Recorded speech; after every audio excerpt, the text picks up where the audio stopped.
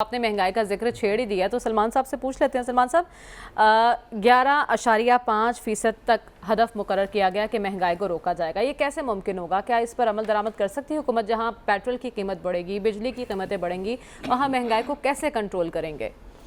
देखें, पहली बात तो ये है कि पाकिस्तान के अंदर जो भी बजट आता है, एक वक्त में मुझे याद है कि लोग बैठ के बजट देखा करते थे कि उनके लिए कोई रिलीफ का बंदोबस्त होगा, कोई बिजली, गैस, पेट्रोलियम, अशियाए ज़रूरियात की कीमतों में अदल बदल होगा, किसी की बढ़ेंगी किसी की कम। अब वो सूरत हाल नहीं है और मौजूदा सूरत हाल के अंदर मौजूदा सूरत हाल बहुत मुश्किल सूरत हाल है, बड़ी गंभीर सूरत हाल है। इसमें हुकूमत ने जो बजट पेश किया है, मैं समझता हूँ कि ये एक अच्छा बजट है। अच्छा बजट किस हवाले से है कि जब हम महंगाई की बात कर रहे हैं तो अगर सरकारी मुलाजमीन के लिए 15% उनकी तनख्वाह में इजाफा होता है तो हम लोग इस पर इसलिए खुश हो जाते हैं कि शायद इसके अच्छे असरात प्राइवेट सेक्टर पे भी पड़े। लेकिन ये जो इजाफा है ये वो जो महंगाई की शरह के साथ मुताबिकत नहीं रखता। देखें, महंगाई जिस अंदाज के अंदर बढ़ी है उसमें ये इजाफा जो है, ये हम ये नहीं कह सकते कि इससे शायद उनको रिलीफ मिल पाएगा, लेकिन एक इस बात का एहसास ज़रूर हुकूमत के अंदर मौजूद है कि जिस कैफियत से हम दो चार हैं। अब आपने बात की है महंगाई की। देखें, यहाँ पर कहा गया जी कि 2-3 माह के अंदर, और ये भी कहा गया है कि शायद तहरीक इंसाफ की हुकूमत होती तो पेट्रोलियम की कीमत ना बढ़ती। तो मैं हमेशा हवाले के साथ बात करता हूँ और ये हवाला मैं दे रहा हूँ साबिक वफाकी वज़ीर दाखिला शेख रशीद साहब का, कि उन्होंने कहा कि हमने इमरान खान साहब को भी पता था और मुझे भी पता था 4 माह पहले कि हुकूमत जाने वाली है, लिहाजा हमने बारूदी सुरंगें बिछाई। किन के लिए?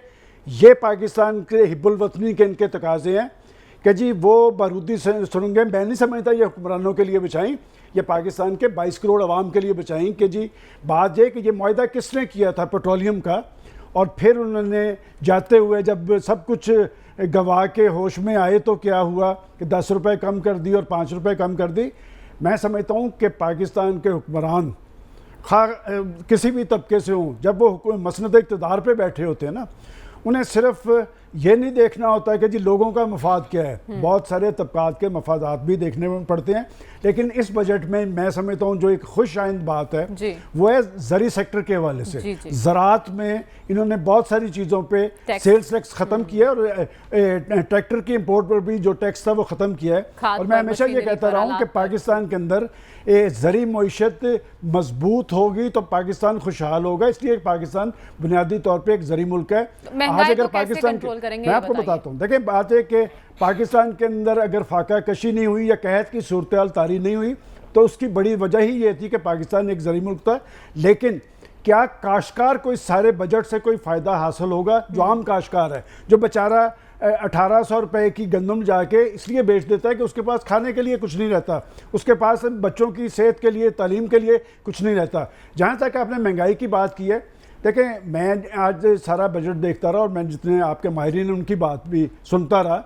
मेरा ख्याल बहसीयत मजमूई लोगों ने अप्रिशिएट किया। प्रोफेसर भी बैठे हैं, ये भी अभी बात करेंगे, इसलिए अप्रिशिएट किया है कि एक खौफ की फ़ज़ा थी, ख़ास तौर पर 60 रुपये में पेट्रोलियम की कीमतों में इजाफा हुआ था।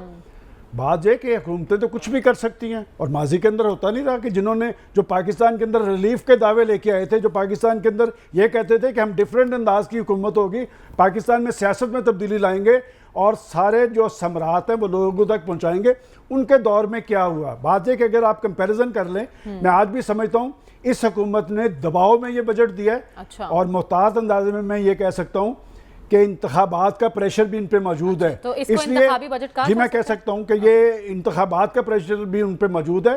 और बात यह कि जिस सूरत हाल के अंदर बजट पेश किया गया है, इस बजट के हवाले से मेरा अपना खौफ ये था कि जिस तरह पेट्रोलियम की कीमतों में इजाफा कर दिया गया कि जी IMF से, कि अब IMF के प्रेशर तो उस तरह मौजूद थे, उनकी शराइत भी पूरी की गई हैं और किसी हद तक आवाम की अदालत में भी सरखरू होने की कोशिश हुई है। जी ठीक है।